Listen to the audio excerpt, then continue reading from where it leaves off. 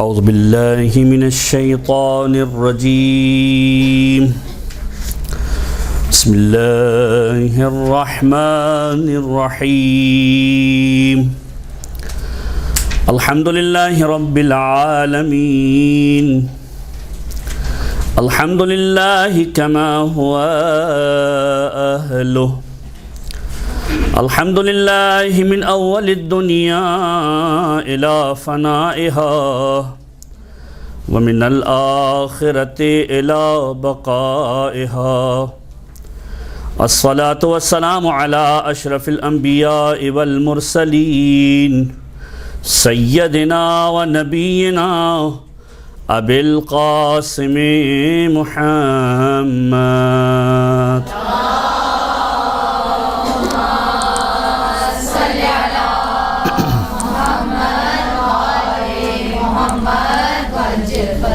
وعلى أهل بيته الطيبين الطاهرين المعصومين المظلومين دعاء سلامتی امام زمانہ بسم اللہ الرحمن الرحیم اللہم کن لولیک الحجة ابن الحسن صلواتک علیہ وعلى آبائه في هذه الساعة وفي كل ساعة وليا وحافظا وقائدا وناصرا ودليلا وعينا حتى تسكنه أرضك توعا وتمتعه فيها طويلا صل على محمد وعلى اما بعد فقد قال الله تعالى في القرآن بسم الله الرحمن الرحيم ان عدة الشهور عند الله 12 شهرا في كتاب الله يوم خلق السماوات والأرض منها 4 حرم ذلك الدين القيم صلوات على محمد وآل محمد صل على محمد وآل محمد. قرآن محترم گفتگو کے لیے آج جو موضوع رکھا گیا تھا وہ ماہ مبارک رجب کے عنوان سے اور اسی کی ذیل کے اندر 2-3 باتیں اکثر باتیں آپ نے یقینی طور پر سنی ہوئی ہوگی. 2-3 روایتیں ہیں جو تفصیلی روایتیں ہیں جو انشاءاللہ کوشش کریں گے کہ آپ تک پہنچائی جائیں تاکہ ماہ مبارک رجب کے اعمال کے اعتبار سے اور ماہ مبارک رجب کی خصوصیات کے اعتبار سے ہماری معرفت کے اندر کچھ اضافہ ہو سکے. قرآن کریم کی جس آیت کو سرنامہ کلام کے طور پر پیش کیا گیا سورہ مبارکہ توبہ قرآن مجید کا 9واں سورہ ہے اور اس کی آیت نمبر 36. مہینوں کی جو تعداد ہے اس کے اعتبار سے بعض اوقات ذہن میں آتا ہے کہ یہ مہینوں کی تعداد کب رکھی گئی، کیسے رکھی گئی. خود قرآن کریم اس کو ایڈریس کرتا ہے سورہ مبارکہ توبہ کے اندر آیت نمبر 36 کے اندر ان عدت الشہور عند اللہ 12 شہرا کہ مہینوں کی تعداد ان عدت الشہور تعداد مہینوں کی عند اللہ خدا کی بارگاہ میں مہینوں کی تعداد کتنی ہے 12 شہرا 12 ہے. اور یہ کب سے ہے فی کتاب اللہ خدا کی کتاب میں اس کو لکھا گیا ہے یوم خلق السماوات والارض کہ جب سے پروردگار عالم نے زمین اور آسمان کو خلق کیا ہے مہینوں کی تعداد 12 ہی ہے. منہا 4 حرم اور اس میں 4 مہینے محترم ہیں احترام والے ہیں. ذالک الدین القیم اور یہی مستحکم دین ہے. قرآن کریم کی ایک ظاہری تفسیر ہے اور ایک باطنی تفسیر ہے. یقینی طور پر ظاہر کے اعتبار سے انسان بے شمار مطالب لے سکتا ہے لیکن باطن کے اعتبار سے جو حقیقی بات ہے وہ ائمہ طاہرین کے در سے ملے گی، کسی اور مقام سے نہیں ملے گی. تو جو ظاہری تفسیر ہے وہ ہماری جس کو کہتے ہیں تشنگی کو دور کرنے کے لیے کافی ہے کہ مہینوں کی تعداد 12 ہے، اس میں 4 مہینے محترم ہیں جو ظاہری تفسیر ہے. اور اس اعتبار سے بھی منطبق ہو جاتی ہے کہ آپ نے یقینی طور پر سنا ہوگا کہ زمانے جاہلیت کے اندر کچھ مہینے ایسے ہوا کرتے تھے کہ جن کو احترام کی نگاہ سے دیکھا جاتا تھا، جس کے اندر جنگ و جدال نہیں ہوتا تھا، جس کے اندر فساد نہیں ہوتا تھا، جس کے اندر جنگیں نہیں کی جاتی تھی. اگر فرض کیجئے کوئی جنگ ہو رہی ہوتی تھی اور یہ مہینہ داخل ہو جاتا تھا تو ان کو روک کر جنگوں کو روک دیا جاتا تھا کہ اب اس کے ختم ہونے کے بعد جو اس کو دوبارہ کنٹینیو کیا جائے گا یا اس وقت کم سے کم ان تمام چیزوں کو پوسٹ پون کر دیا جائے گا۔ وہ 4 مہینے کون سے ہیں؟ اگر اس آیت کی ظاہری تطبیق کے اعتبار سے دیکھا جائے کہ مہینوں کی تعداد 12 ہے، 12 میں سے 4 محترم ہے، وَمِنْهَا أَرْبَعَةٌ حُرُمٌ، 4 ان میں سے ایسے ہیں کہ جن کی حرمت ہے۔ اب وہ 4 کون سے ہیں؟ ان 4 مہینوں کے اندر جو سب سے پہلا مہینہ ہے وہ ہے ماہ مبارک رجب، دوسرا مہینہ ہے ماہ مبارک ذی قعدہ، تیسرا مہینہ ہے ماہ مبارک ذی الحجہ، اور چوتھا مہینہ ہے ماہ مبارک محرم۔ اور اسی چیز کو دلیل بنایا تھا ہمارے 8ویں امام امام علی بن موسیٰ رضا علیہ السلام نے،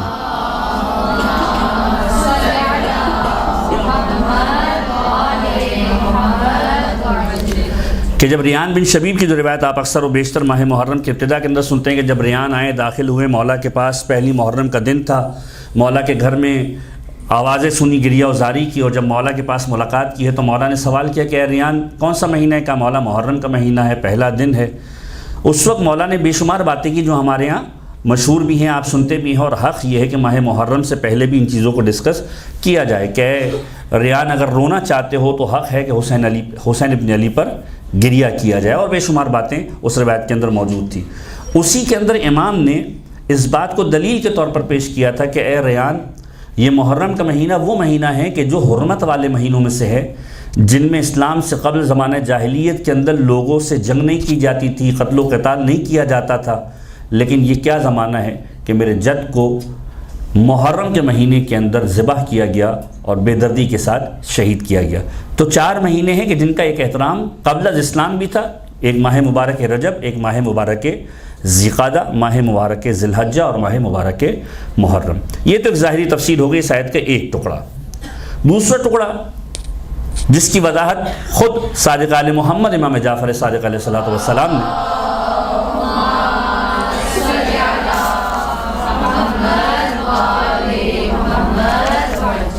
فرمائی کہ جب امام کی خدمت میں کوئی شخص آیا اور ایک مرتبہ آ کر سوال کیا کہ مولا اس آیت سے مراد کیا ہے، اس آیت کا مطلب کیا ہے؟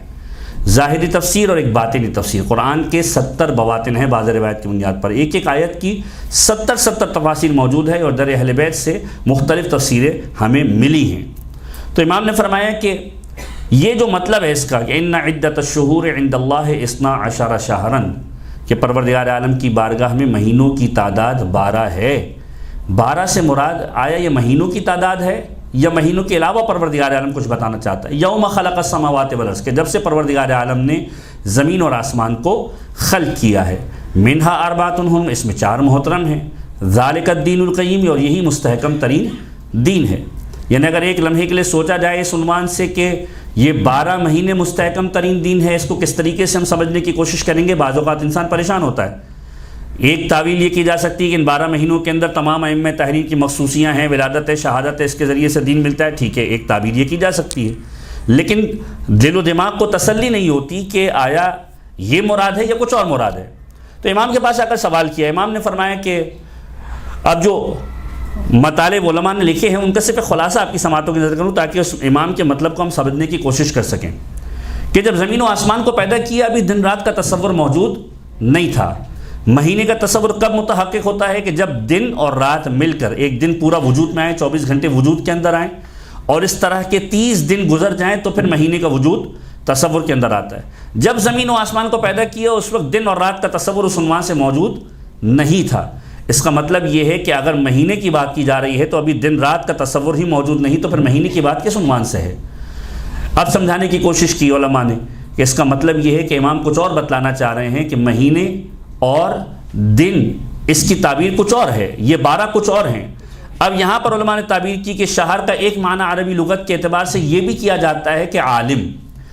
تو اگر اب اس اعتبار سے تطبیق کیا جائے تو اس عنوان سے سمجھنے کی کوشش کریں کہ مولا گویا بتلانا چاہتے ہیں کہ ان عدت الشہور، یعنی عالموں کی تعداد پروردگار عالم کی بارگاہ میں جب سے زمین و آسمان خلق کیا 12 ہی عالم تھے جو اس وقت سے تھے کہ جب پروردگار عالم نے خلقت آسمان و زمین کو رکھا تھا۔ وَمِنْهَا أَرْبَعَةٌ حُرُمٌ، اور ان میں 4 محترم تھے، یعنی 12 ایسے عالم۔ کون؟ جب امام سے پوچھا کہ مولا یہ 12 کون تھے؟ فرمایا کہ ہم ائمہ طاہرین کی ذوات اقدس وہ ہے کہ جن کو پروردگار عالم نے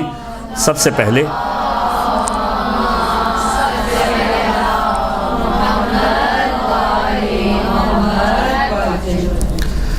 کہ 12 کی تعداد 12 ائمہ کی تعداد ہے جو ہدایت کا مرکز ہے. وَمِنْهَا أَرْبَعَةٌ اور ان میں 4 محترم ہیں. اب یہ بھی ایک سوال ہے کہ 12 میں سے 12 اماموں میں سے 4 کس کو محترم قرار دیا گیا؟ اب یہاں پر بات یہ نہیں ہے کہ فلاں محترم نہیں ہے فلاں محترم ہیں.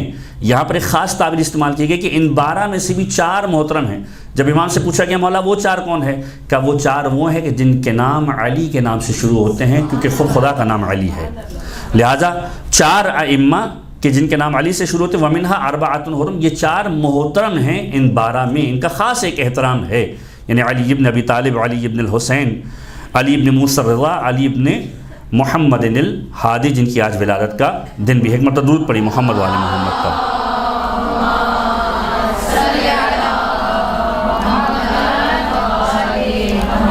پھر جو آیت کا الگ ٹکڑا ہے اس کو سمجھانے کے لیے یہ باقاعدہ طور پر دلیل بنتی ہے کہ ذالک الدین القیم یہی مستحکم ترین دین ہے. اگر ان 12 سے متمسک رہو گے تو دین پر باقی بھی رہو گے اور دین کے ساتھ متمسک بھی رہو گے. اگر ان 12 سے دور ہو گئے یا ان 12 کے علاوہ کسی اور کا اضافہ کر دیا تو در حقیقت گمراہی کے دلدل کے اندر چلے جاؤ گے. اب ماہ مبارک رجب کے اعتبار سے جو آیت کا ظاہری پہلو ہم آپ کے ساتھ ڈسکس کر رہے تھے کہ 12 مہینے ہیں اور 12 مہینوں میں 4 مہینوں کا خاص احترام ہے جس میں ابتدا ہے ماہ مبارک رجب سے. ماہ مبارک رجب کی مخصوصیوں کے اعتبار سے یقینی طور پر یہ ساری چیزیں آپ کے ذہنوں کے اندر محفوظ ہوں گی کہ ماہ مبارک رجب کے اندر کس کی ولادت ہے، کس کی شہادت ہے، کون کون سے خاص ایام ہیں. ائمہ طاہرین کی ولادتیں بھی ہیں، ائمہ طاہرین کی شہادتوں کے ایام بھی اس کے اندر خاص طور پر موجود ہیں اور بہت سارے اہم اوکیزنز اس ماہ مبارک کے اندر موجود ہے. خصوصی طور پر امیر کائنات کی ولادت ماہ مبارک رجب کے اندر 13 رجب کا دن خانہ خدا کے اندر امیر کائنات کی ولادت کا دن. اور اس کے بعد ایک اور امپورٹنٹ ترین جو دن ہے وہ ہے یوم مبعث 27 رجب کا دن جب پیغمبر گویا اعلان رسالت کرنے ظاہری اعتبار سے جب مبعوث برسالت ہوئے. امام علی نقی کے ہی جملوں سے اپنی گفتگو کو آگے بڑھاتے ہوئے ماہ مبارک رجب کے 2-3 جو اہم ترین اعمال ہیں ان کے اوپر ہم ڈسکشن کریں گے کہ امام علی نقی علیہ الصلوۃ والسلام ایک مرتبہ درود پڑھی محمد والے محمد پر.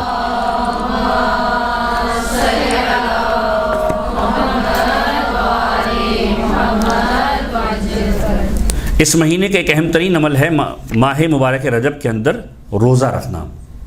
اور امام سے ہی آ کر سوال کیا گیا اور امام نے پورے سال کے اندر جو اہم ترین روزوں کی فہرست ہے وہ بتلائی. 4 روزے ہیں. مشہور و معروف روایت کہ جب امام کے پاس ایک شخص آیا اور امام سے آ کر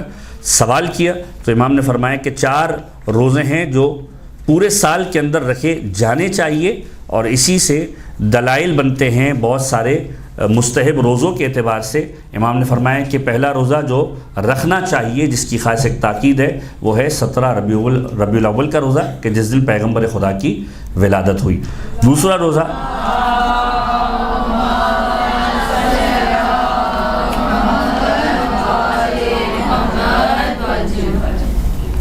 پہلا روزہ 17 ربیع الاول کا روزہ. دوسرا روزہ فرمایا 27 رجب کا روزہ یوم مبعث کا روزہ. تیسرا روزہ 25ویں ذی قعدہ یعنی یوم دہو الارض اس کا روزہ. اور پھر فرمایا چوتھا روزہ جو ہے وہ ہے یوم غدیر کا روزہ کہ جب پروردگار عالم نے نعمتوں کو تمام کیا اور خدا اس دین سے راضی ہوا. تو روزے کے اعتبار سے ایک روایت جو امام معصوم نے ہم تک پہنچائی. اب اس ماہ مبارک کی اگر ہم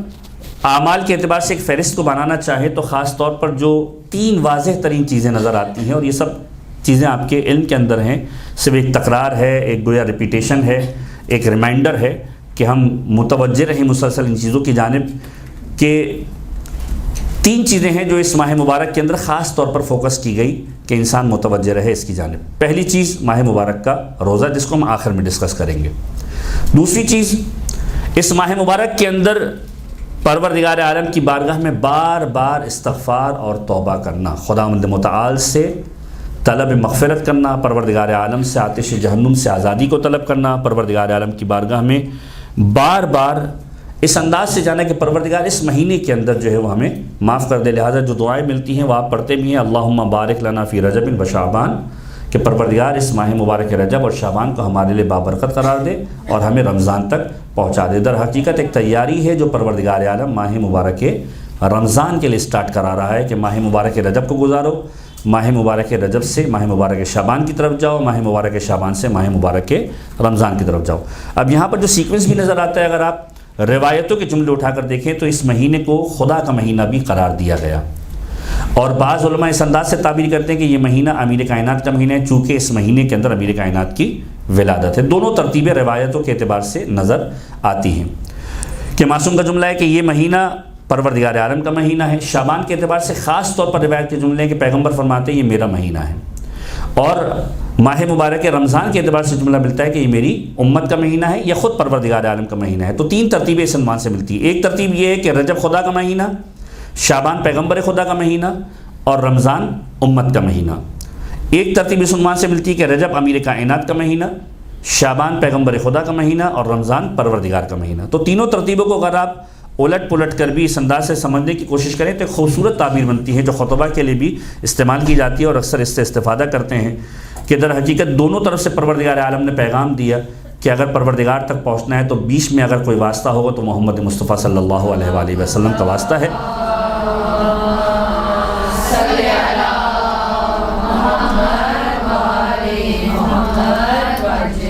اور اگر پیغمبر کے در تک پہنچنا ہے تو وہ حتماً وہ در ہے کہ جو امیر کائنات کا در ہے، یعنی در حقیقت اگر پیغمبر تک پہنچنا ہے تو علی کے در پر پہنچو، اور جب پیغمبر کے در پہ پہنچو گے تو خدا کے در پر پہنچو گے۔ اگر مہینوں کی ترتیب سے دیکھا جائے، رجب پیغمبر خدا کا مہینہ نہیں بلکہ امیر کائنات کا مہینہ، شعبان پیغمبر خدا کا مہینہ، رمضان خدا کا مہینہ، یعنی ترتیب یہ بنے گی کہ پہلے در علی ابن ابی طالب پر آئے، پھر در علی ابن ابی طالب کے در سے پیغمبر خدا کے در پر جائے، اور پیغمبر خدا کے در سے پروردگار عالم کی بارگاہ میں جائے۔ تو ایک سیکوینس اس عنوان سے روایتوں کے اندر نظر آتا ہے۔ تو پہلی چیز جو اس مہینے کے اندر ہے وہ ماہ مبارک کا روزہ، دوسری چیز استغفار۔ اب استغفار کے اعتبار سے خاص طور پر باقاعدہ طور پر روایتوں کے خاص ٹکڑے موجود ہیں کہ جس کے اندر یہ جملے ملتے ہیں کہ انسان متوجہ رہے اس مہینے کے اندر اور خداوند متعال کی بارگاہ میں بار بار استغفار کرتا رہے، اور اس حوالے سے روایتیں باقاعدہ طور پر موجود ہیں کہ معصومین کے جملوں کے اندر ملتے ہیں کہ اگر کوئی شخص پروردگار عالم کی بارگاہ کے اندر، اب یہ روایت معصوم سے وارد ہوئی ہے کہ ماہ مبارک کے رجب کے مہینے میں صبح و شام 70 مرتبہ، یعنی صبح بھی اور شام کو بھی۔ اب اس وہی بات ہے کہ انسان کوشش کرے جب اس سے موقع ملے، پروردگار عالم نے ہر طرح کی اپرچونٹیز اس کے لیے رکھی ہوئی اس ماہ مبارک کے اندر، کوئی اتنا مشکل کام نہیں ہے، چلتے پھرتے اٹھتے بیٹھتے انسان ان چیزوں کو اپنی عادت کے اندر اس ماہ مبارک کے اندر لا سکتا ہے، اور اس کو پرولونگ کر کے پورے سال تک اپنی ایک عادت بنا سکتا ہے۔ کہ روایت کے جملے کے جو شخص ماہ مبارک رجب کے مہینے میں صبح و شام 70 مرتبہ استغفر اللہ و اتوب الیہ پڑھے اور پروردگار عالم سے مغفرت طلب کرے، اور اگر اس مہینے کے اندر اس سے قضا آ جائے، خداوند متعال کی بارگاہ میں چلا جائے، تو پروردگار اس مہینے کی برکت کی وجہ سے نہ فقط اس سے راضی ہوگا بلکہ آتش جہنم بھی اسے نہ چھوئے گی، پروردگار آتش جہنم کو اس پر حرام قرار دے گا۔ اسی طریقے سے رجب کے پورے مہینے کے اندر ایک خاص تسبیح وارد ہوئی ہے جو مفاتیح الجنان کے اندر بھی تحریر ہے کہ استغفر اللہ ذی الجلال والاکرام من جمیع الذنوب والآثام۔ پورے مہینے کے اندر اگر 1000 مرتبہ پڑھ لے، یعنی اگر 30 دن ہیں تو 30 دن کے اعتبار سے اگر روزانہ کی بنیاد پر بھی وہ ترتیب بنا لے 30 مرتبہ ہی پڑھنے کی، تو کم سے کم 900 مرتبہ تو اسی انداز سے ہو جاتا ہے۔ ایک تسبیح بھی اگر پڑھ لے 1000 مرتبہ اگر پورے مہینے کے اندر ایک مرتبہ پڑھ لے تو پروردگار عالم اسے بخشش عطا کرے گا۔ اس طرح کی روایتوں کے جملے موجود ہیں۔ پھر اسی عنوان سے ایک اور جملہ جو روایتوں کے اندر ملتا ہے کہ جو شخص ماہ مبارک کے رجب کے اندر استغفار پڑھتا رہتا ہے، پروردگار عالم اس کی گناہوں کی مغفرت کر دیا کرتا ہے، اور یہ مہینہ ہی مغفرت کا مہینہ ہے۔ اور اس مغفرت کو ایک تعبیر جو پیغمبر نے ایک واقعے کے اندر استعمال کی ہے، کتب تواریخ کے اندر ایک جو ہے وہ واقعہ ملتا ہے، بہار الانوار کے اندر یہ واقعہ موجود ہے کہ ختمی مرتبہ احمد مجتبیٰ محمد مصطفیٰ صلی اللہ علیہ وآلہ وسلم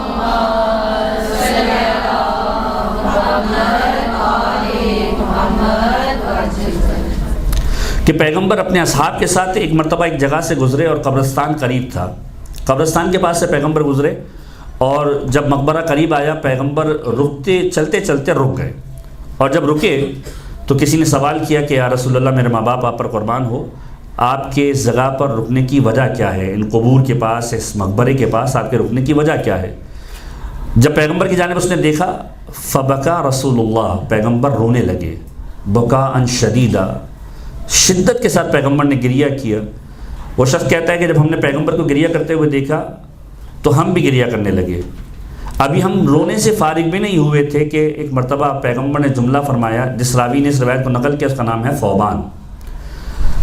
کہ پیغمبر نے فرمایا یا ثوبان ہؤلاء یعذبون فی قبورہم، پروردگار عالم ان لوگوں کو ان کی قبر کے اندر عذاب دے رہا ہے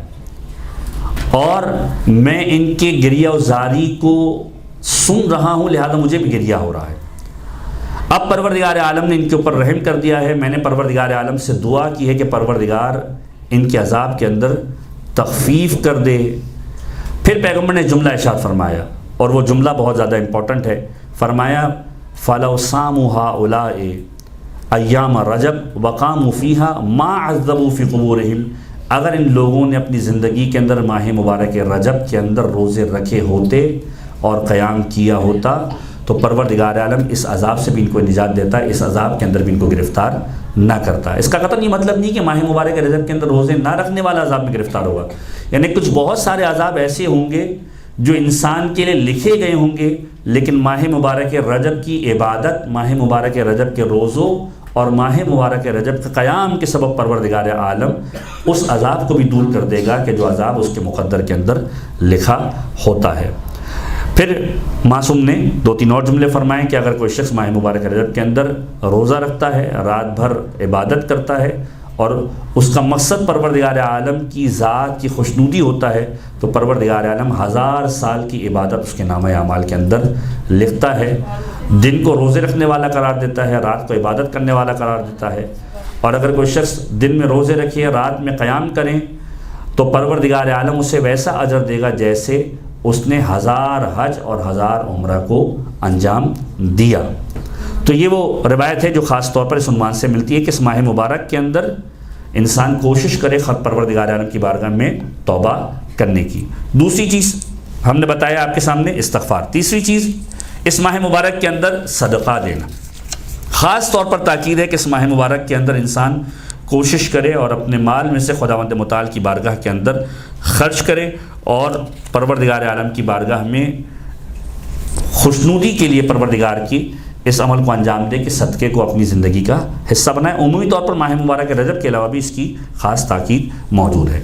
اب ہم آئیں اس موضوع کی طرف کہ ماہ مبارک رجب کے اندر روزہ رکھنے کی جو باتیں کی گئی ہیں اس کے حوالے سے روایتوں کے اندر کیا چیزیں ملتی ہیں۔ ایک مرتبہ درود پڑھیے محمد و آل محمد پر۔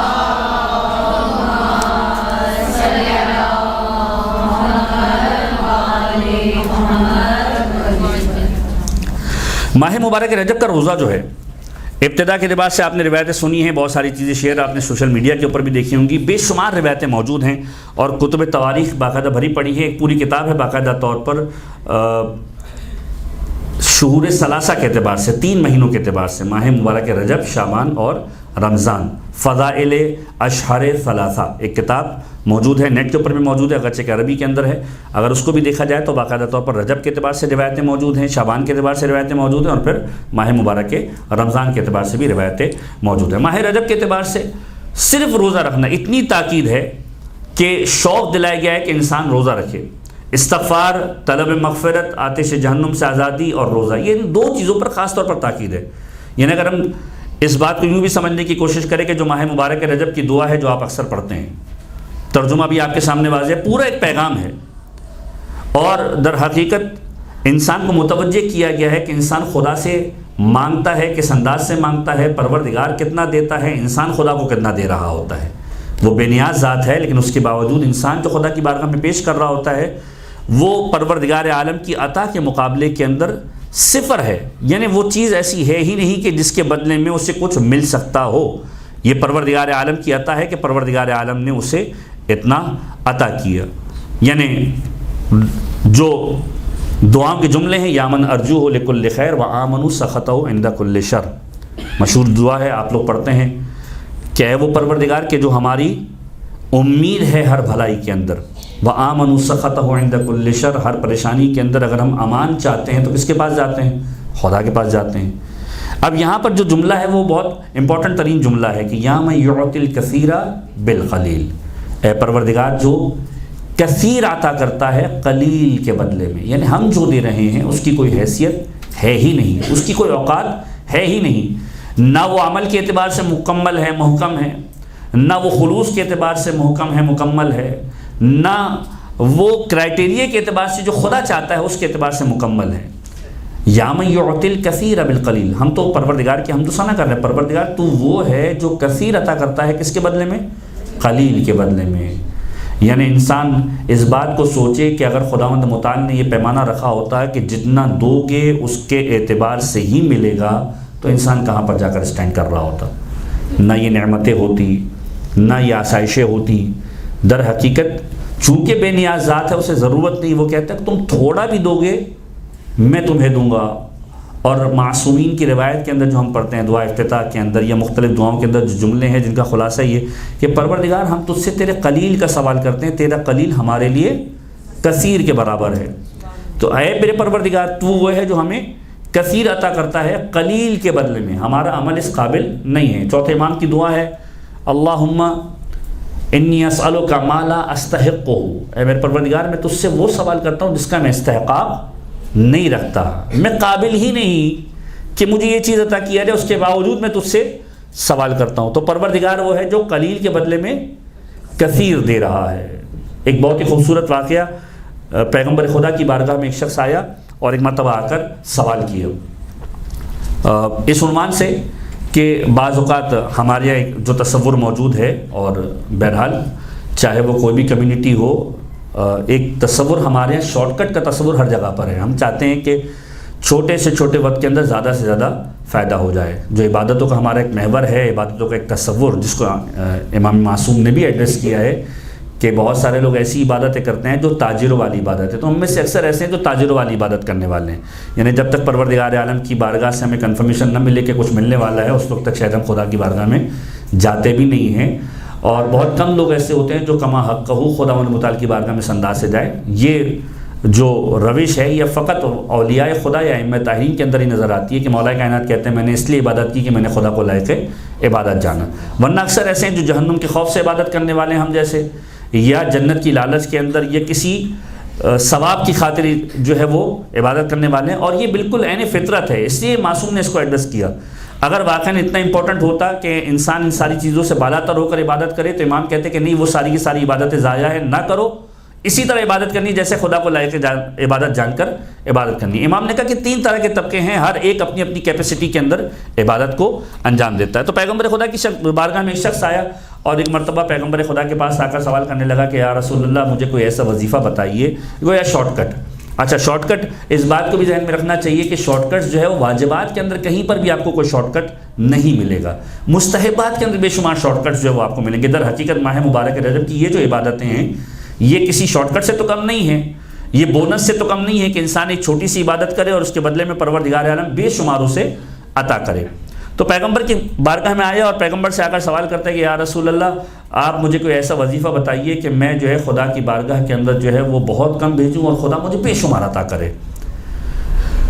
اب اگر واجبات کی بات ہوتی یا مستحبات کی بات ہوتی تو بہت ساری بات ہو سکتی تھی۔ اب یہ شخص آیا سیریس نوٹ کے اوپر پیغمبر سے سوال کر رہا ہے سیریسلی کہ یا رسول اللہ کوئی ایسا وظیفہ، یعنی کتنا آسان ہو جاتا ہے کہ چھوٹی سی چھوٹی بات کہہ دیتے ہیں پیغمبر اور رہتی قیامت تک یہ معاملہ ختم ہو جاتا ہے کہ کچھ چھوٹا سا بھیج دو خدا کی بارگاہ میں اور پروردگار عالم تمہیں زیادہ دے دے گا۔ کیا یا رسول اللہ کوئی ایک ایسا عمل بتا دیجئے کہ میں خدا کی بارگاہ میں کم بھیجوں اور خدا مجھے زیادہ بھیجے۔ پیغمبر نے اس کے سامنے ایک دوسرا جملہ کہا اور واقعی خوبصورت جملہ کہا، فرمایا کہ اگر تم خدا کے دیے ہوئے قلیل رزق پر راضی ہو جاؤ گے خدا تمہارے قلیل عمل پر راضی ہو جائے گا۔ اگر تم خدا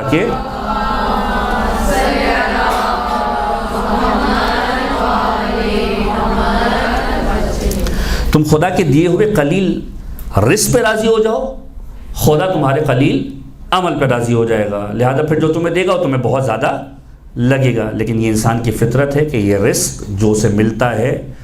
انسان کی چاہت، انسان کی خواہش اسے بار بار اس بات کی جانب متوجہ کرتی ہے کہ نہیں مجھے کچھ اور چاہیے اور زیادہ چاہیے، اکتفا نہیں کرتا، قناعت نہیں کرتا۔ کہ جب تم خود اپنے رزق کے معاملے میں قناعت نہیں کرتے تو پھر خداوند متعال سے بھی اس بات کی ایکسپیکٹیشن نہ کرو کہ وہ قلیل سے عمل پہ تمہارے راضی ہو جائے گا۔ اس کے باوجود پروردگار عالم قلیل عمل کے بدلے میں کثیر عنایت کرتا ہے۔ تو دعا کا یہ خود جملہ جو ہے بڑا لطیف جملہ ہے کہ ہم خدا کی بارگاہ میں کیا بھیج رہے ہیں اور خداوند متعال ہمیں کیا دے رہا ہے. اور اس کے بعد کا جو جملہ ہے وہ اس سے زیادہ امپورٹنٹ اس عنوان سے ہے کہ اس میں جو معصومین نے کور کیا ہے جن چیزوں کو، یہ بھی سمجھنے کی ضرورت ہے کہ یا من یعطی من سأل یا من یعطی من لم یسأل ہو ومن لم یعرف ہو. خدا کی خدائی کو بتایا ہے کہ پروردگار عالم ہے کیا. یا من یعطی من سأل، اے پروردگار تو اسے عطا کرتا ہے جو تجھ سے سوال کرتا ہے. یا من یعطی من لم یسأل ہو ومن لم یعرف ہو، پروردگار تو اسے بھی عطا کرتا ہے جو تجھے نہ مانگتا ہے تجھ سے نہ تجھے پہچانتا ہے. یعنی وہ پروردگار جو اس پوری کائنات کو چلا رہا ہے، جو خدا کی وحدانیت کا اقرار نہیں کرتا، جو خدا کو نہیں مانتا، جو خدا کے سامنے دست سوال بلند نہیں کرتا، پروردگار تو وہ ہے جو اس کو بھی عطا کر رہا ہے جو تجھے نہیں جانتا. پھر تو ہم تو تیرے جاننے والے ہیں، ہم تو تجھ سے مانگ رہے ہیں پروردگار، ہم تیری بارگاہ میں مانگنے کے لیے آئے ہیں. اور پھر ہم سوال کرتے ہیں کہ پروردگار دنیا اور آخرت کی خیر ہمیں عطا فرما اور ہم سے دنیا کے شر کو دور فرما. اور اے میرے پروردگار تو عطا کرتا ہے، اپنے فضل سے مجھے جو عطا کر رہا ہے اس میں اضافہ فرما. اور پھر معصوم نے جو خاص طریقہ بتایا کہ انسان اپنی جو ہے وہ داڑھی پر ہاتھ رکھے اور انگلیوں کو گھمائے اور پھر اس انداز سے کہے کہ اے میرے پروردگار تیری بارگاہ میں اس انداز سے مانگ رہا ہوں کہ یا ذا الجلال والاکرام یا ذا النعماء والجود یا ذا المن والطول حرم شیبتی علی النار. کہ اس مہینے کے اندر جو توبہ کے بارے میں ہم نے کہا کہ اس مہینے کا خاص مقصد کیا ہے کہ اپنے آپ کو پروردگار عالم کی بارگاہ میں اس انداز سے لے کر جاؤ کہ آتش جہنم کو اپنے آپ پر حرام کرواؤ. تو اس دعا کا بھی یہ خاص مقصد ہے حرم شیبتی علی النار، کہ پروردگار میرے اس جسم کو آتش جہنم کے اوپر حرام قرار دے کہ آتش جہنم جو ہے وہ میرے سفید بالوں کو نہ جلائے. تو صاحب احسان ہے، تو احسان کرنے والا ہے، پروردگار اس ماہ مبارک کے اندر مجھ پر احسان فرما. تو اگر دیکھا جائے تو ان تمام چیزوں کے ذریعے سے خاص مقصد تک پہنچانے کی کوشش کی ہے. انسان اپنے آپ کو آتش جہنم سے بچائے، انسان اپنے آپ کو پروردگار عالم کی بارگاہ میں ان خوش نصیب لوگوں میں لکھوائے کہ جن کو پروردگار عالم نے معاف کیا. اب جو تیسری بات جس کے اوپر ہم فوکس کر رہے تھے کہ ماہ مبارک رجب کے اندر روزہ رکھنے کے اعتبار سے امام علی بن موسیٰ رضا علیہ الصلوۃ والسلام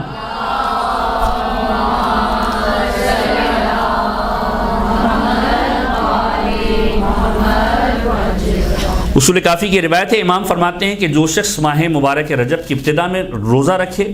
خدا سے رغبت کی خاطر کہ پروردگار عالم کی جانب اس کی توجہ ہو، تو پروردگار عالم جنت کے دروازے کھول دیا کرتا ہے ایسے شخص کے لیے کہ جو ماہ مبارک رجب کی ابتدا میں روزے رکھے. پھر فرمایا جو درمیان میں روزہ رکھے اور آخر رجب میں روزہ رکھے، پروردگار اسے جنت کے رکھوالوں میں شمار کرتا ہے، یعنی ان لوگوں میں شمار کرتا ہے کہ جن کو ایک خاص اسٹیٹس دیا گیا کہ جو جنت کے حاملین میں سے ہیں. اور پھر فرمایا اور ایسے شخص کو پروردگار عالم کیا رتبہ عطا کرے گا اس کے ذریعے، اس شخص کے ذریعے کہ جو ماہ مبارک رجب کی ابتدا میں روزہ رکھ رہا ہے، جو درمیان میں روزہ رکھ رہا ہے اور جو آخر رجب میں روزہ رکھ رہا ہے، پروردگار اس کے ذریعے اس کے ماں باپ کی، اس کے بچوں کی شفاعت کر دیا کرتا ہے. یعنی ماہ مبارک رجب وہ مہینہ ہے کہ جو نہ فقط انسان کے خود کے کام آنے والا ہے بلکہ اس کے اہل و عیال کے بھی کام آنے والا ہے، والدین کے کام آنے والا ہے، اولاد کے کام آنے والا ہے. اب روایت کا جو جملہ ہے وہ اس انداز سے زیادہ مہم ہے کہ اس کے ماں باپ کی بچوں کی شفاعت کر دیا کرتا ہے، اگر وہ اہل نار میں سے ہوں تو بھی ان کی بخشش کا سبب بن جایا کرتا ہے. یعنی یہ روزہ نہ فقط خود کے کام آئے گا بلکہ ماں باپ کے کام آئے گا، اولاد کے کام آئے گا. اگر اہل نار میں سے بھی ہیں تو پروردگار عالم اس شخص کے اس عمل کے صدقے میں ان کی بخشش کا سامان فراہم کر دے گا. پھر روایت کا جملہ ختمی مرتبہ احمد مصطفیٰ محمد مصطفیٰ صلی اللہ علیہ وآلہ وسلم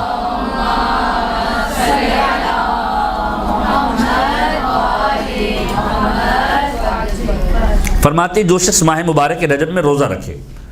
اب ابتدا کی بات نہیں ہے، انتہا کی بات نہیں ہے، درمیان کی بات نہیں ہے، ماہ مبارک رجب میں روزہ رکھے ایمان کے ساتھ، پروردگار عالم کے اوپر ایمان رکھتے ہوئے، اس یقین کامل کے ساتھ کہ پروردگار عالم کی خوشنودی کا یہ سبب ہے، اپنا احتساب کرتے ہوئے کہ میں پہلے کیا کر رہا تھا اب کیا کر رہا ہوں، محاسبہ کر اپنی ذات کا. تو پروردگار عالم قرار دیتا ہے اس کے اور جہنم کے درمیان ایک خندق کو قرار دیتا ہے، خندق بناتا ہے، اور ہر خندق زمین اور آسمان کے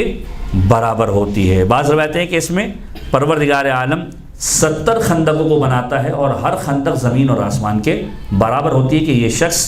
جہنم کی جانب نہیں جانے والا۔ پروردگار عالم نے اس کی بچاؤ کا اہتمام فرمایا ہے۔ اب اس کے بعد ایک روایت کے جو خاص طور پر امام محمد باقر علیہ السلام سے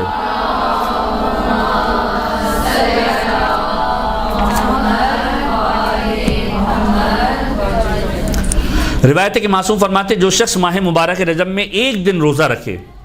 شروع میں یا درمیان میں یا آخر میں، تو پروردگار متعال بہشت کو اس کے لیے کھول دیا کرتا ہے۔ امالی شیخ صدوق کے اندر یہ روایت موجود ہے،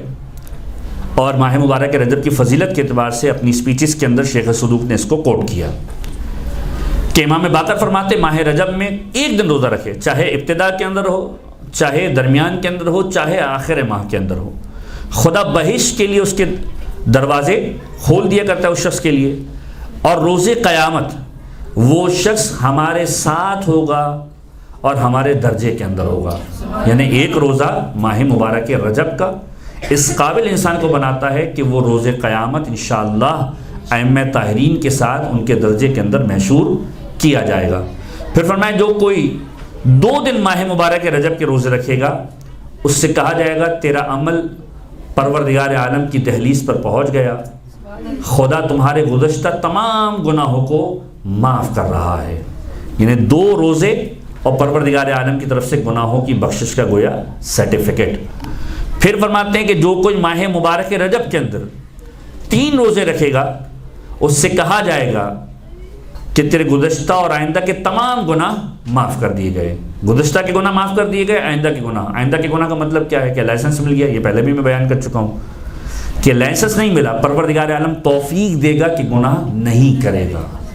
پروردگار عالم توفیق عطا کرے گا، اسے گناہوں سے محفوظ رکھے گا، انٹل اور انلیس کہ وہ اپنے کردار کو اس انداز سے بنا لے کہ اتنا گناہوں کا عادی ہو جائے کہ پروردگار عالم سلب توفیق کر لے، اس کی توفیق سلب کر لی جائے۔ اور یہ ہم سب کی دعا ہونی چاہیے ماہ مبارک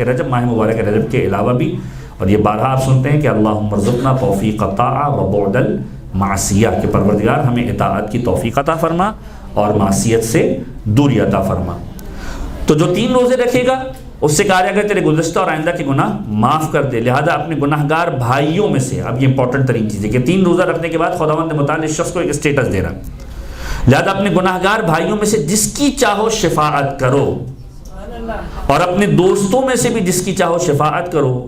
یہ پروردگار عالم 3 روزے کے سبب اس انسان کو اسٹیٹس دے گا جو ماہ مبارک رجب کے اندر روزے رکھ رہا ہوگا۔ اور پھر روایت کے جملے کہ اگر کوئی شخص 7 دن ماہ مبارک رجب کا روزہ رکھے گا، پروردگار عالم جہنم کے 7 دروازوں کو اس کے لیے بند کر دے گا، یعنی انسان کے لیے جہنم کے 7 دروازے بند کر دیے جائیں گے۔ اور پھر فرماتے ہیں کہ اگر کوئی شخص ماہ مبارک رجب کے اندر 8 روزے رکھے گا، 8 روزے، پروردگار عالم اس کے لیے جنت کے 8 دروازے کھول دے گا، اور منادی ندا دے گا کہ جنت میں جس دروازے سے چاہو داخل ہو جاؤ، پروردگار عالم نے ان دروازوں کو تمہارے لیے کھولا ہوا ہے۔ تو یہ ماہ مبارک رجب کے روزوں کے اعتبار سے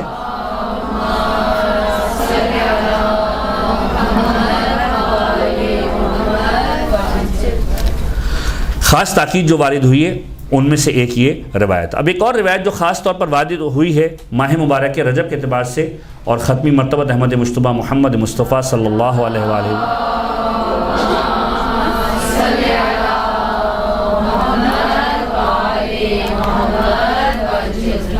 ابو سعید خضری پیغمبر کے ایک صحابی ہیں، ان سے یہ روایت جو ہے وہ ملی ہے، اور اس میں پیغمبر نے باقاعدہ طور پر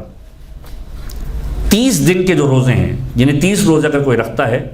تو ان 30 روزوں کے پروردگار عالم کیا ثواب عطا فرمائے گا، ان 30 روزوں کے اعتبار سے پروردگار عالم کے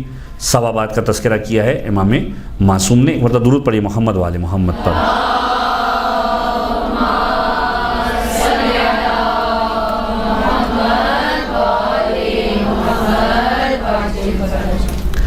کہ ابو سعید خضری یہ بیان فرماتے ہیں کہ پیغمبر خدا کی خدمت میں موجود تھا، اور پیغمبر ماہ مبارک رجب کے اعتبار سے ارشاد فرما رہے تھے، اور پیغمبر نے اس انداز سے تذکرہ کیا اس ماہ مبارک کا کہ اس مہینے کی جانب متوجہ ہو. یہ اللہ تعالیٰ کی رحمت کا مہینہ ہے اور پروردگار عالم اس میں رحمتوں کی موسلا دھار بارش کرتا ہے. اور اسلام کی آمد کے بعد اس کی تعظیم میں مزید اضافہ ہوا ہے. جیسے کہ ہم نے عرض کیا، جو پیغمبر کی اس روایت سے پہلے جس آیت کا ہم نے تذکرہ کیا تھا سورہ مبارکہ توبہ کی، کہ یہ مبارک مہینوں میں سے تھا، ان مہینوں میں سے تھا کہ جن کو پروردگار عالم نے خاص طور پر احترام دیا ہے. پیغمبر نے فرمایا کہ اس مبارک مہینے کے اندر اسلام کے بعد اس کی عظمت کے اندر اور اضافہ ہوا ہے. اور اس کے بعد پھر پیغمبر نے اور بہت ساری اس کی تفاصیل کو بیان کرنا شروع کیا. اس انداز سے بھی پیغمبر کا جملہ ملتا ہے کہ یہ وہ مہینہ ہے کہ جن مہینوں کے اندر پروردگار عالم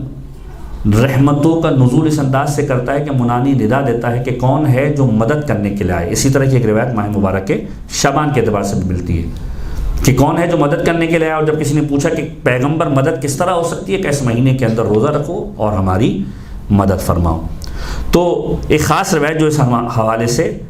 لکھی گئی ہے ابو سعید خدری کے اعتبار سے، اور اس روایت سے پہلے امیر کائنات کی ایک روایت کا تذکرہ کر دیا جائے تاکہ اس کے بعد پھر ہم باقاعدہ اس روایت کے اوپر آئیں اور اس میں جس حد تک ہم بیان کر سکیں اس کو بیان کریں.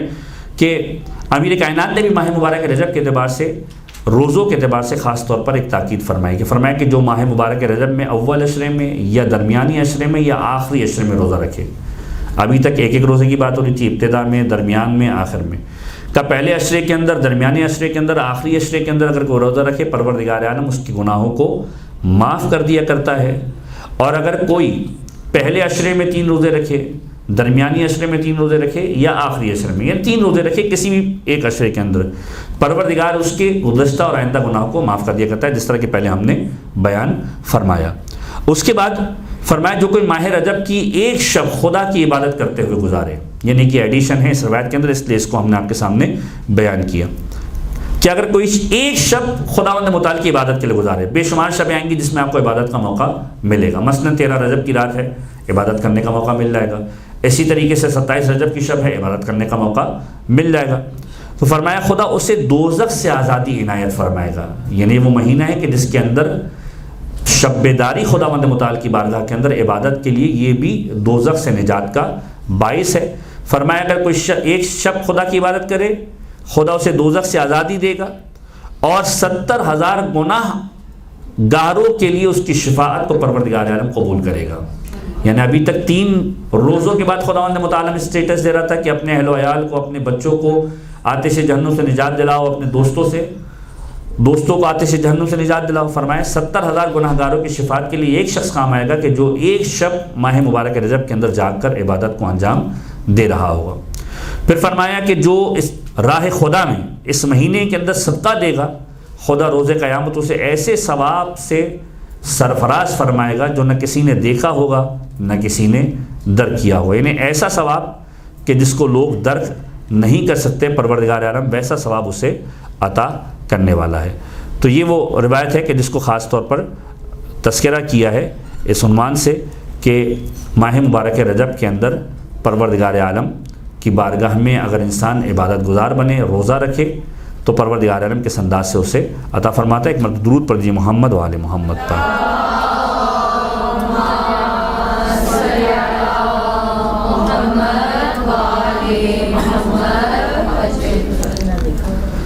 ٹھیک ہے. اب اس کے بعد ابو سعید خدری کی روایت جو پیغمبر کی بارگاہ میں تشریف لائے. پیغمبر نے فرمایا کہ رجب خدا کے نزدیک محبوب اور بزرگ مہینہ ہے. بہت تیزی کے ساتھ گزروں گا کیونکہ بہت ساری اس میں روایتوں کے اعتبار سے بہت ڈیٹیل موجود ہے، صرف بیان کرتا جاؤں گا تاکہ آپ لوگ سماعت کرتے رہیں کہ خدا کے نزدیک ماہ مبارک رجب کی فضیلت بہت زیادہ ہے. زمانہ جاہلیت کے اندر بھی اس کو احترام حاصل تھا اور اسلام کے بعد اس مہینے کے اندر اور اضافہ ہو گیا اس کی عظمت کے اندر، اس کے احترام کے اندر. پھر فرمایا آگاہ رہو تم میں سے جو کوئی بھی پروردگار عالم کی خوشنودی کی خاطر اس ماہ مبارک رجب کے اندر روزہ رکھے گا تو وہ خدا کی خوشنودی کا حقدار ہوگا اور روز قیامت اس کا یہ روزہ خدا کے غصے کو ٹھنڈا کرنے کا سبب ہوگا. یعنی انسان کا کوئی ایک ایسا عمل کہ جس کے سبب وہ پروردگار عالم کی سزا کا استحقاق رکھتا ہوگا، پروردگار عالم کی سزا اسے ملنے والی ہوگی، یہ روزہ سبب بنے گا کہ پروردگار عالم اس سبب سے کہ تو نے ماہ مبارک رجب کے اندر روزہ رکھا تھا اس پر نظر کرم فرمائے گا، اس پر غصہ نہیں کرے گا اور خدا کی ٹھنڈک کا سبب ہوگا، اور یہ دروازہ دوزخ کو بند کرنے کا سبب بنے گا یہ روزہ کہ جو اس مہینے کے اندر وہ انجام دے گا۔ پھر فرمایا اس عنوان سے کہ اگر تمام زمین کو سونے سے پر کر دیا جائے تب بھی اس مہینے کے ایک دن کے روزے کا ثواب حاصل نہیں کیا جا سکتا۔ پروردگار عالم اتنا عطا کرنے والا ہے اس مہینے کے ایک روزے کے سبب کہ اگر اس پوری کائنات کی زمین کو سونے سے پر کر دیا جائے تو بھی اس ایک دن کے روزے سے بہتر وہ نہیں ہے، اور اس کا اجر نیکی کے علاوہ کچھ نہیں ہے جو پروردگار عالم نے اس کے لیے لکھی ہے، اور یہ اس صورت میں ہے کہ اسے خالص خدا کی طرف رضا کے لیے رکھا جائے، خوشنودی خدا کی خاطر انجام دیا جائے کہ اے میرے پروردگار میں نے صرف اس لیے اس روزے کو انجام دیا ہے کہ تیری خوشنودی کا طلبگار ہوں۔ اور پھر فرمایا کہ ماہ رجب کے روزے کے افطار کے بعد اس شب میں خدا اس شخص کی 10 دعائیں مستجاب کرتا ہے،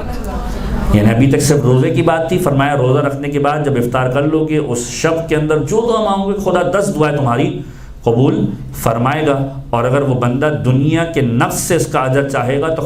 خدا اسے عطا کرے گا۔ یعنی اگر کوئی شخص کہے کہ نہیں مجھے آخرت میں نہیں، پروردگار دنیا میں چاہیے، پروردگار اسے دنیا کے اندر جو ہے وہ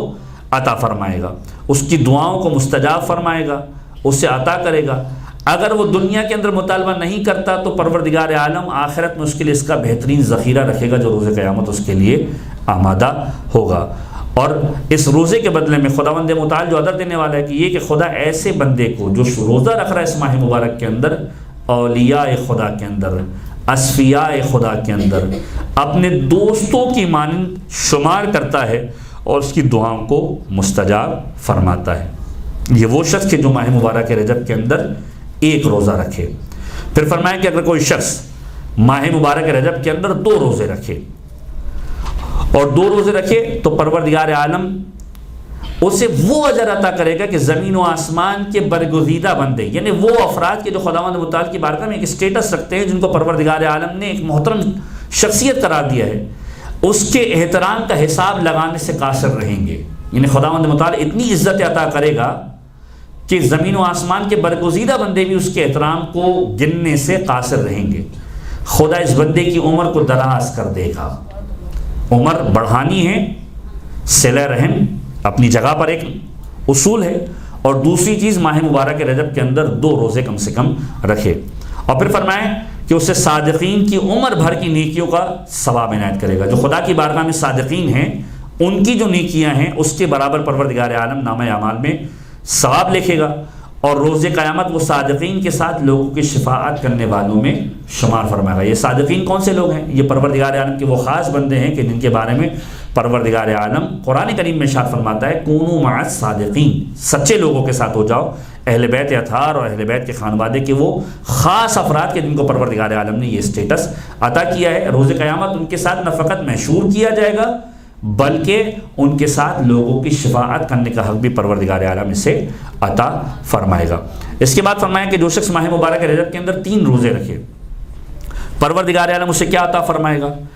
فرمائے گا کہ پروردگار عالم جنت، خدا اس کے اور دوزخ کے درمیان ایک خندق کو کھود دے گا اور 70 سال کی مسافت کے برابر ایک پردے کو حائل کر دے گا کہ یہ شخص جہنم سے دور ہو جائے گا۔ اور پھر جب یہ روزہ مکمل ہوگا، تیسرا اس کا، پروردگار عالم تیسرے روزے کے مکمل ہونے پر ایک جملہ ایسے کہے گا جو روایتوں کے اندر اس انداز سے لکھا ہوا ہے کہ لقد وجب حقک علیہ، کہ بتحقیق تیرا حق مجھ پر واجب ہو گیا ہے۔ کون کہہ رہا ہے؟ خدا کہہ رہا ہے۔ کس کے لیے کہہ رہا ہے؟ جس نے 3 روزے رکھے، کہ تیرا حق مجھ پر واجب ہو گیا ہے۔ وَوَجَبْتُ لَكَ مُحَبَّتِي وَوِلَایَتِي، بس مجھ پر واجب ہو گئی کہ میں تجھ سے محبت کروں اور تیرے لیے اپنی ولایت رکھوں۔ تیری ولایت مجھ پر جب تیری محبت و ولایت مجھ پر واجب ہو گئی ہے۔ اشہدکم یا ملائکتی، اپنے ملائکہ کو مخاطب کرے گا اور کہے گا اے ملائکہ گواہ رہو۔ کیا گواہ رہو؟ انی قد غفرت، میں نے معاف کر دیا ہے اس کے پرانے گناہوں کو بھی، اور آئندہ کے لیے بھی اسے توفیق دی ہے کہ گناہوں سے محفوظ رہے گا۔ تو یہ 3 دن کا روزہ پروردگار عالم کی بارگاہ کے اندر ایک ایسی خندق کے کھودنے کا سبب بنے گا جو 70 سال کی مسافت دور کر دے گی اس کو جہنم سے، اور افطار کے وقت پروردگار عالم فرمائے گا کہ مجھ پر تیری ولایت کی محبت کا حق لازم ہے، اے میری فرشتوں گواہ رہو میں نے اس کے گزشتہ تمام گناہوں کو معاف کر دیا اور آئندہ گناہوں کو بھی معاف کرتا ہوں، انہیں توفیق عطا کرتا ہوں کہ گناہوں کو انجام نہیں دے گا۔ چوتھے روزے کا ثواب، یعنی 4 روزے اگر کوئی رکھتا ہے تو پروردگار عالم اسے کیا ثواب عطا فرمائے گا؟ فرمایا کہ اگر کوئی شخص 4 دن روزے میں گزارتا ہے تو پروردگار عالم تمام بلاؤں، بیماریوں، جزام و برس اور فتنہ دجال اور عذاب قبر سے محفوظ رکھے گا۔ آج کے دور کے اندر سب سے بڑا فتنہ کیا ہے؟ شیطان کا فتنہ ہے، یہ دجالی فتنہ ہے کہ جس کے اندر مصیبتیں آپ کے سامنے آ رہی ہیں، کسی بیماری کی صورت کے اندر، میڈیا کی صورت کے اندر، مختلف کیفیتوں کے اندر آپ کے سامنے ہیں۔ ہم میں سے ہر ایک محفوظ رہنا چاہتا ہے کہ آج کے دور کے اندر فتنے سے محفوظ رہے، عذاب قبر سے ہم سب محفوظ رہنا چاہتے ہیں۔ کہ جو شخص 4 روزہ رکھے گا پروردگار عالم اسے ان تمام بیماریوں اور بلاؤں سے بھی محفوظ رکھے گا اور فتنے سے بھی محفوظ رکھے گا، اور اس کے نامہ اعمال کے اندر توابین کا اجر پروردگار عالم تحریر فرمائے گا۔ جس طریقے سے روز قیامت عبادت گزاروں کو پروردگار عالم اجر عطا فرمانے والا ہے، اسی طریقے سے اسے بھی اجر عطا فرمائے گا۔ اور پھر 5ویں روزے کے اوپر معصوم کا جملہ یہ ہے، پیغمبر فرماتے ہیں کہ جو شخص ماہ مبارک رجب کے اندر 5 دن روزہ میں گزارے گا تو خدا پر لازم ہے کہ وہ اسے روز قیامت خوشنود کرے گا، اس کا چہرہ 14ویں کے چاند کی مانند جو ہے پروردگار عالم چمکتا ہوا رکھے گا، اور اس کے حساب کے اندر ایک بہت بڑے پہاڑ کے ذرات کے برابر ثواب کو لکھا جائے گا۔ کوہ عالش کا نام روایت کے اندر تحریر کیا ہے کہ کوہ عالش کے ذرات کے برابر پروردگار عالم ثواب لکھے گا، اور اسے بے حساب بہشت کے اندر داخل کیا جائے گا، اور کہا جائے گا جو چاہتے ہو اپنے پروردگار عالم سے طلب کرو، تمہارا پروردگار تمہیں عطا کرے گا۔ 5 روزوں کے ثواب کے بدلے میں پروردگار عالم یہ عطا فرمائے گا۔ اس کے بعد 6 روزے اگر کوئی رکھتا ہے تو فرمایا کہ اگر کوئی شخص 6 دن روزے میں گزارے ماہ مبارک رجب کے اندر، یعنی اس میں ایسا نہیں ہے کہ مسلسل 5 ہر دن روزہ رکھے، مطلب 6 روزے پورے مہینے کے اندر رکھے تو پروردگار عالم یہ ثواب دے رہا ہے۔ اس کی انتہا 30 تک لے گئے کہ اگر فرض کیجئے کوئی 30 روزے رکھتا ہے تو پروردگار عالم کیا ثواب دے گا۔ طویل روایت ہے، مختصراً جتنا ہم اس کو کور کر سکتے ہیں، 1-2 منٹ جو ہمارے پاس باقی ہے اس کے اندر ہم مکمل کرنے کی کوشش کریں گے۔ 2-3 اور باتیں کہ اگر کوئی شخص ماہ مبارک کے رمضان کے 6 روزے رکھے اور 6 دن روزوں میں گزارے تو معصوم فرماتے ہیں جب اپنی قبر سے برآمد ہوگا تو نورانی چہرہ لیے ہوگا